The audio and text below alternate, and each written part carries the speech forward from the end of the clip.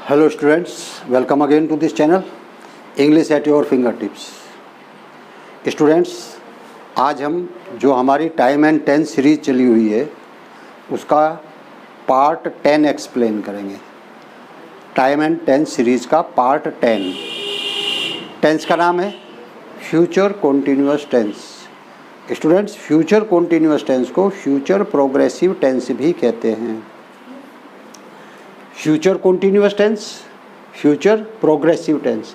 Future continuous से ही clear है कि फ्यूचर में कार्य का निरंतर जारी रहना।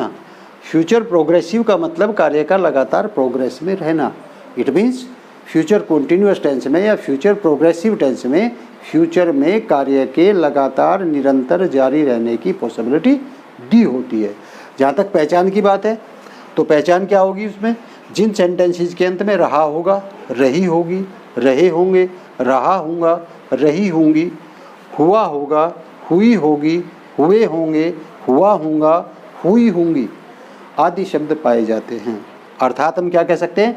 फ्यूचर में कार्य के लगातार जारी रहने या ना रहने की पॉसिबिलिटी दी होती है। स्टूडेंट्स, फ्यूचर में कार्य के होने या ना होने की या जारी रहने की या समाप्त होने की केवल संभावना होती है, क्योंकि फ्यूचर वो टाइम है जो अभी आया नहीं है।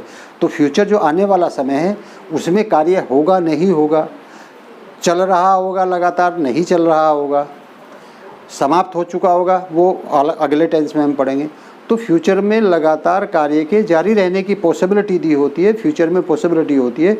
तो उन सेंटेंसेस को हम फ्यूचर कॉन्टीन्यूअस या फ्यूचर प्रोग्रेसिव टेंस कहते हैं। देखिए, एक एग्जांपल से देखते हैं। जैसा है,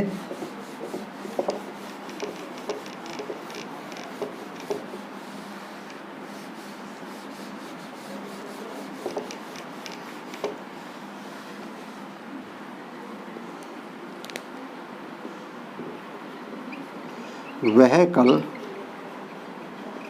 इस समय बाजार जा रही होगी। वह कल इस समय बाजार जा रही होगी। अब क्या है? कार्य है, इसमें क्या है? बाजार जाने का। तो कार्य जो बाजार जाना है, बाजार जाने की संभावना व्यक्त की गई है इसमें, क्योंकि कार्य तो कब होगा? कार्य आज नहीं हुआ, कार्य कल नहीं हुआ, बल्कि कल होगा। तो कल होगा यानी कल होगा, उसकी संभावना है। तो इसलिए, और वो भी कैसा होगा? जा रही होगी, यानी कंटिन्यू होगा, निरंतर चल रहा होगा। तो इस तरीके से जब हम इसकी रूल्स रेगुलेशन देखते हैं तो सबसे पहले अफर्मेटिव सेंटेंसेस में देखते हैं। अफर्मेटिव सेंटेंसेस स्टूडेंट्स कौन से होते हैं? जिन सेंटेंसेस में किसी बात को, किसी स्टेटमेंट को एक्सेप्ट कर लिया जाता है उनको अफर्मेटिव सेंटेंसेस कहते हैं, और अफर्मेटिव सेंटेंसेस को पॉजिटिव सेंटेंस भी कहते हैं। क्या फॉर्मेशन हो जाएगी?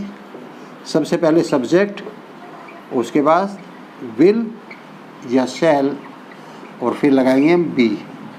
वर्ब की first form ING, object, remaining part, full stop. यदि सब्जेक्ट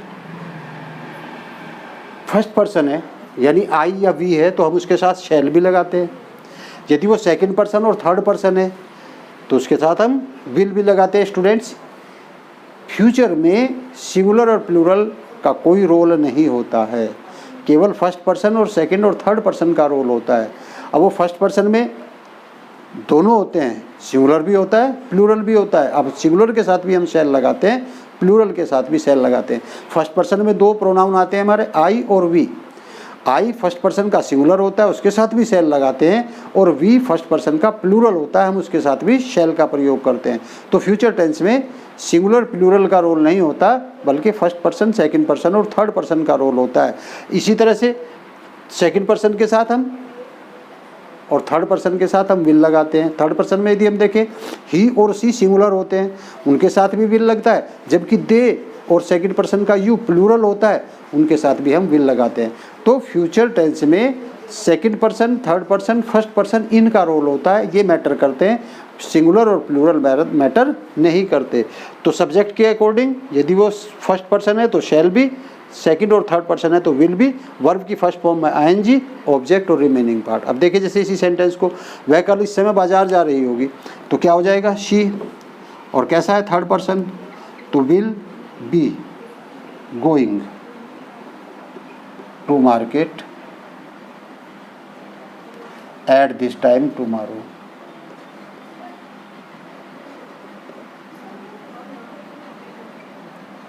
कल के लिए फ्यूचर टेंस में हमेशा टुमारो का यूज़ किया जाता है, परसों के लिए हमेशा डे आफ्टर टुमारो का यूज़ किया जाता है। इसी तरह से हम अगले सप्ताह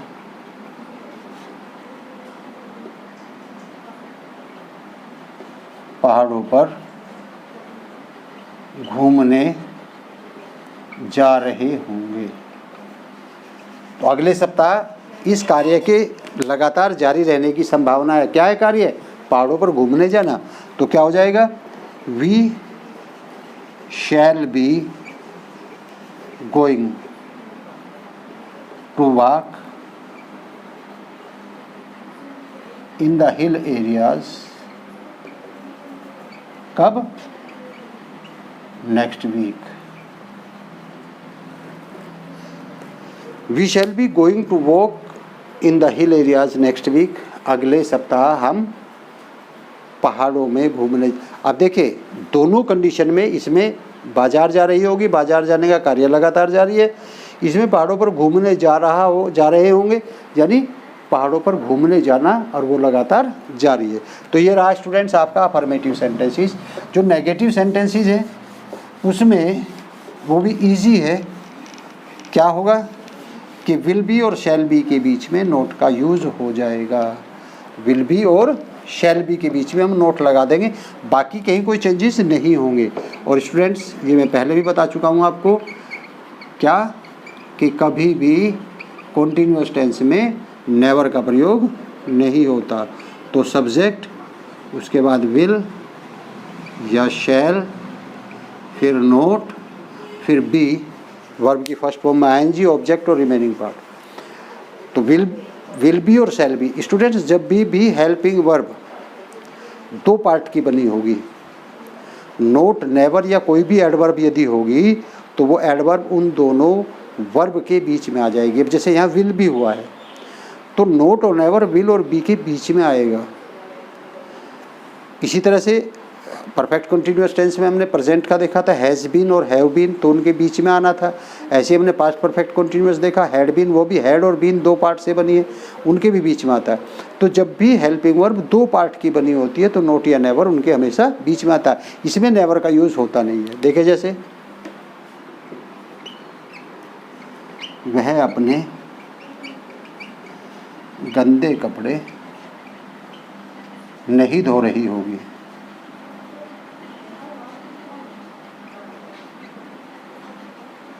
तो क्या हो जाएगा?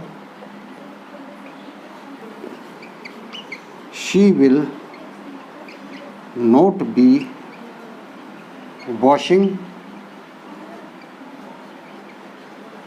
हर डर्टी क्लोथ्स। इसी तरह से मैं कल आपको अंग्रेजी नहीं पढ़ा रहा हूँगा। तो क्या हो जाएगा? आई शैल नोट बी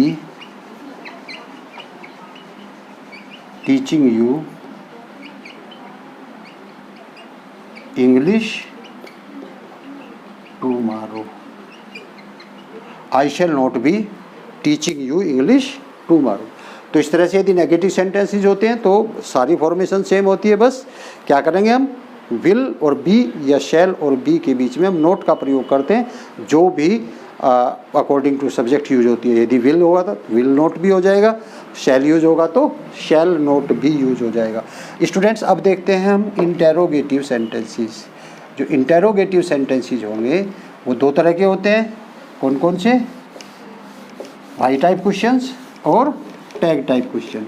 तो अब पहले देखते हैं why type questions. Why type questions कौन से होते हैं? जिनमें क्वेश्चन पूछने के लिए हम किसका यूज़ करते हैं? क्वेश्चन वर्ड का यूज़ करते हैं। तो इंटेरोगेटिव का वाई टाइप क्वेश्चन। तो वाई टाइप क्वेश्चन में हम क्या करेंगे? सबसे पहले उस इंटेरोगेटिव वर्ड की इंग्लिश लिखते हैं जिसके कारण वो सेंटेंस क्वेश्चन बना है। उसके बाद सब्जेक्ट के अकॉर्डिंग विल या शैल, फिर सब्जेक्ट, फिर नोट और फिर बी। अब देखिए स्टूडेंट्स, अब की बार विल बी और शैल बी के बीच में सब्जेक्ट भी आया है और नोट भी आया है। तो विल, सब्जेक्ट, नोट, बी। यदि नोट ज़रूरत होगी तो आएगा, लेकिन सब्जेक्ट ज़रूर आएगा।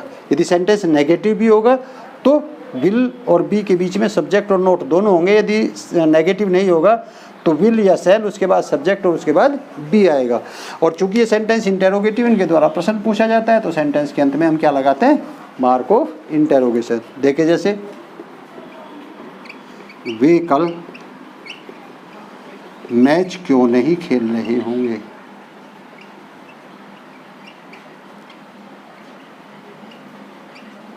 तो क्या हो जाएगा? वाई, और चूंकि थर्ड पर्सन है तो will. Why will they not be playing match tomorrow. इसी तरह से हम कल स्नान करने कहाँ जा रहे होंगे? तो क्या हो जाएगा? Where shall we going to bath tomorrow. Where shall we going to bath tomorrow. Mark of interrogation. एक क्या वाला देखते हैं बीच में क्या आता है। तो वह इस समय क्या कर रही होगी? अब देखिए, वह इस समय क्या कर रही होगी, तो क्या बीच में आया? तो क्या बीच में आया, तो इसलिए हम इसकी क्या यूज़ करते हैं? What. What will she be doing at this time? What will she be. ये ध्यान रखेंगे स्टूडेंट्स, कई बार क्या होता है कि जब सब्जेक्ट और नोट दोनों लगाते हैं तो विल और शैल के बाद हम सब्जेक्ट लिखते हैं, उसके बाद नोट लिखते हैं, उसके बाद बी लिखते हैं। तो कई बार क्या होता है कि हम बी को लिखना भूल जाते हैं, तो मिस्टेक है। तो will B shall be verb ये हैं, इनके बीच में सब्जेक्ट और नोट दोनों आएंगे यदि सेंटेंस इंटेरोगेटिव है। तो स्टूडेंट्स दूसरा देखते हैं टैग टाइप क्वेश्चन। यदि वो टैग टाइप क्वेश्चन है तो सेंटेंस में किसी भी क्वेश्चन वर्ड का यूज़ नहीं होगा। ऐसी कंडीशन में सेंटेंस के शुरू में क्या दिया होगा, और जब सेंटेंस के शुरू में क्या दिया होता है तो हम व्हाट का यूज़ नहीं करते, बल्कि क्या करते हैं?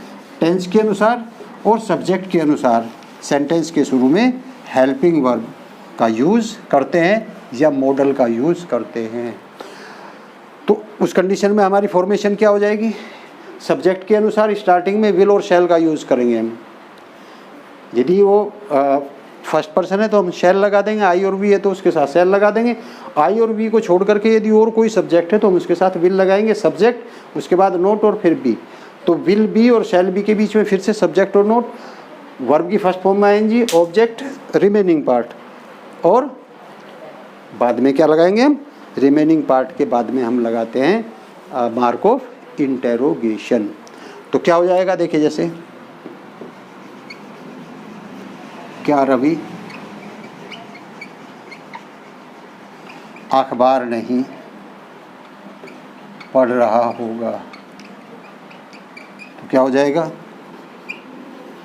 Will Ravi not be reading the newspaper?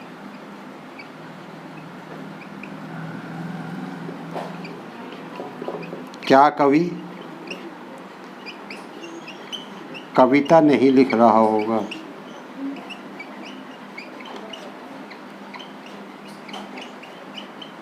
तो क्या हो जाएगा? Will the poet not be composing. कविता लिखने के लिए हम राइटिंग नहीं लगाते बल्कि कंपोजिंग लगाते हैं। Will the poet not be composing the poem. Will the poet not be composing the poem. तो स्टूडेंट्स, यदि क्या सेंटेंस के शुरू में दिया है तो फिर हम वाट नहीं लगाते बल्कि विल और शैल का यूज सेंटेंस के शुरू में कर देते हैं। सब्जेक्ट नोट और बी, विल बी और शैल बी के बीच में सब्जेक्ट और नोट दोनों आएंगे। सेंटेंस के लास्ट में हम मार्क ऑफ इंटेरोगेशन लगा देते हैं।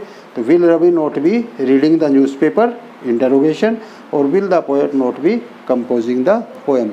तो जहाँ तक इसके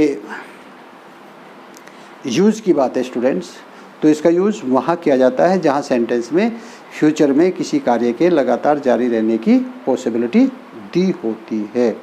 तो उस समय हम फ्यूचर कॉन्टिन्यूअस टेंस या फ्यूचर प्रोग्रेसिव टेंस का यूज़ करते हैं।